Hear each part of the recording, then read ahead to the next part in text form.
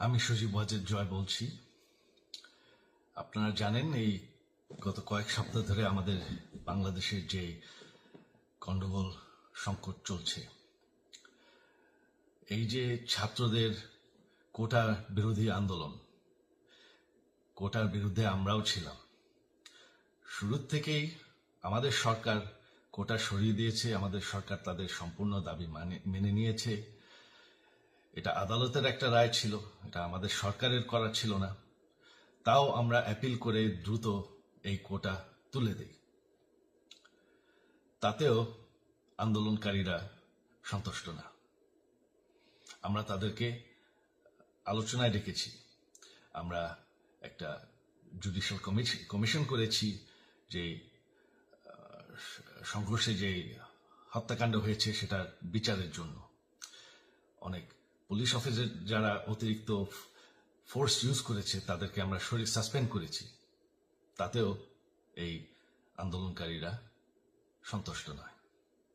আমরা যতই ছাড়, প্রধানমন্ত্রী নিজেই তাদেরকে ডেকেছেন যে আসেন আমরা আলোচনায় বসি, তাতেও তারা সন্তুষ্ট না। আমরা যতই ছাড় দিতে থাকি, যতই তাদের দাবি মেনে নিতে থাকি, তারা কিছুতেই সন্তুষ্ট না, তারা খালি দাবি বাড়িয়ে যাচ্ছে। এখন দাবি হচ্ছে যে সরকারের পতন। তবে সরকারের পতন হওয়ার পর কি হবে, কি হবে এটা কেউ ভেবেছে? আমরা বাংলাদেশে গণতন্ত্র রক্ষা করে রাখতে চাই। সরকার পতন করে নতুন সরকার আসার সাংবিধানিক অনুযায়ী শুধুমাত্র একটি উপায় আছে, সেটা হচ্ছে নির্বাচন। আমাদের সুপ্রিম কোর্ট রায় দিয়েছে যে কোনো অনির্বাচিত সরকার 1 মিনিটের জন্য ক্ষমতা নিতে পারবে না।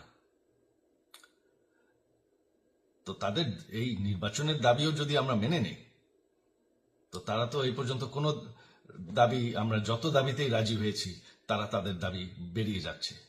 তার মানে কি, আমরা যদি এখন এই নির্বাচন, সরকার পতনের দাবিও মেনে নেই, তারা তখন দাবি করবে যে না, এই সরকারের আন্ডারে নির্বাচন, এই নির্বাচন আমরা মানব না। তখন কি হবে এটা কেউ ভেবেছে? জানি আমাদের সেই সুশীল সমাজ আবার আলোচনা করছে সেই তত্ত্বাবধায়ক সরকারের অভিজ্ঞতা তো আমাদের আছে। আপনারা ভুলে গেছেন সেই তত্ত্বাবধায়ক সরকারকে নষ্ট করে দেওয়া হয়েছিল বিএনপির আমলে ইলেকশন রিগ করার জন্য। তারপর যখন আরেক তত্ত্বাবধায়ক সরকার আসলো, দেশের কি অবস্থা হয়েছিল। শেষমেশ সব থেকে বড় কথা যে আমাদের সংবিধানে স্পষ্ট বলা আছে এবং আমাদের সুপ্রিম কোর্ট রায় দিয়েছে যে অনির্বাচিত সরকার 1 মিনিটের জন্য দেশের ক্ষমতায় থাকতে পারবে না। আমরা আওয়ামী লীগ, আমরা আন্দোলন করেছি, আন্দোলন করে এই দেশকে স্বাধীন করেছি, আন্দোলন করে গণতন্ত্র ফিরে এনেছি, আন্দোলন করে আমরা দেশের উন্নয়ন করেছি।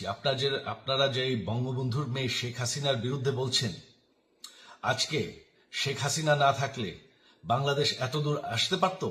অসম্ভব। কেউ কল্পনা করতে পারে নাই যে বাংলাদেশ এরকম উন্নতি করবে, এরকম উন্নয়ন হবে। ঠিক আছে, শেখ হাসিনার পর আপনাদের কি হবে সেটা আমারও চিন্তার বিষয় না, আমার পরিবারের আর চিন্তার বিষয় না, আপনারা বুঝবেন। তবে এইভাবে সংঘর্ষ করে, হত্যাকাণ্ড করে ক্ষমতা দখল করা যাবে না। এটা আর আন্দোলন না।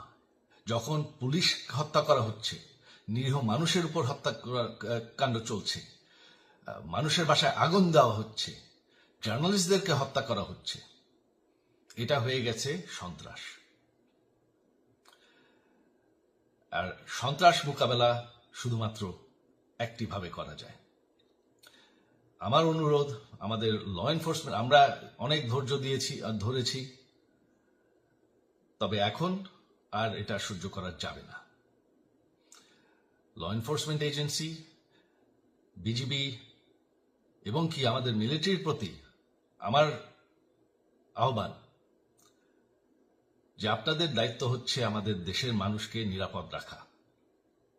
এবং আমাদের দেশকে নিরাপদ রাখা, আমাদের দেশের সংবিধানকে নিরাপদ রাখা, সংবিধানকে রক্ষা করা। তার মানে 1 মিনিটের জন্য কোনো অনির্বাচিত সরকার আমাদের ক্ষমতায় আসতে দিবেন না।